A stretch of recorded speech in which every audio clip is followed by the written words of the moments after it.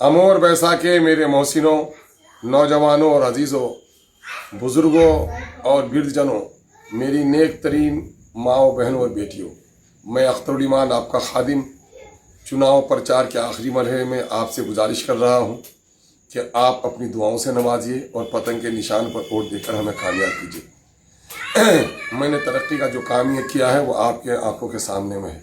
8 अरब रुपए के तरक्की के काम हमने किए हैं। मेरे तरक्की से बहुत लोग जल रहे हैं। कांग्रेस के लोग मुझे आज, कांग्रेस के कार्यकर्ता मुझे गाली देते तो कोई बात नहीं, कांग्रेस के लीडर ने मुझे गालियां दी हैं, इसका इंसाफ हम आपसे मांगते हैं। मैंने तरक्की का चिराग जलाया, इनको तरक्की से दुश्मनी है, ये मुझको गाली नहीं दे रहे हैं, अमोर बैसा की तरक्की को रोक रहे हैं। इंसाफ आपको करना है। दूसरी जानिब भाई सवा जफर साहब जो जदयू के उम्मीदवार हैं, जदयू के उम्मीदवार आज आंसू बहा रहे हैं।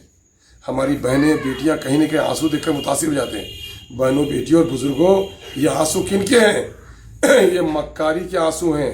ये आंखों में अपना केमिकल लगाकर, फिटकरी लगाकर आंसू बहाते हैं।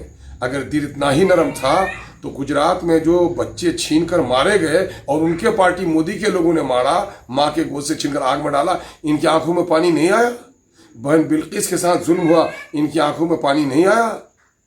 वक्फ का काला कानून बनाना, जिसके जरिए से मस्जिद और मदरसों को बंद करने और कब्रिस्तानों को उजाड़ने का मामला है, इनकी आंखों में पानी नहीं आया?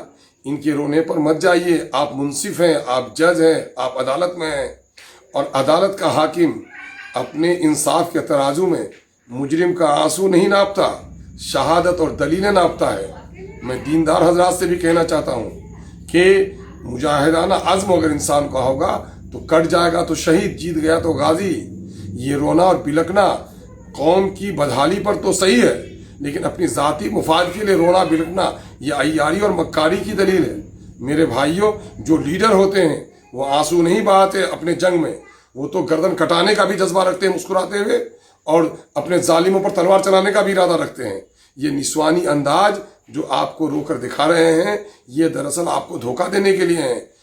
अमोर बैसा की आवाम, पहले जो लोग हैं, ज़ात बिरादरी नहीं, हम कलमे के नाम पर एक हैं, इंसानियत के नाम पर एक हैं, वसूलों के नाम पर एक हैं। बिरादरीवाद ठीक है अपनी जगह पर, लेकिन बिरादरीवाद की वजह से हम अपने इंसाफ को तब्दील नहीं कर सकते। हम असबियत को परवान नहीं चढ़ा सकते। असबियत इस्लाम में हराम है। वसूलों की बुनियाद पर फैसले होने चाहिए। आपसे आजिज़ाना गुजारिश है कि आपने मुझे 5 सालों तक मौका दिया है। मैंने 5 सालों तक जो तरक्की की है, असम्बली जो आपकी नुमाइंदगी की है, एक बार हमें मौका दीजिए और इन लोगों के फुसलावे बहकावे मत आइए। मैं एक बात अक्सर मजाहन कहता हूँ कि कबूतर के अंडे से चील और कौवा पैदा नहीं हो सकता। अमोर बैसा जहाँ 74 से मुस्लिम आबादी हो, वहाँ कोई मोदी का नुमाइंदा जीत जाएगा, वक्फ का काला कानून बनाने वाला जीत जाएगा। दुनिया इस पर हैरत करेगी। इंशाअल्लाह आपकी दुआएं मेरे साथ हैं। आपका वोट, मैं समझता हूँ अमोर बैसा की तकदीर बदलेगा। वोट दीजिए, दुआएं दीजिए और कामयाब कीजिए। अस्सलाम वालेकुम।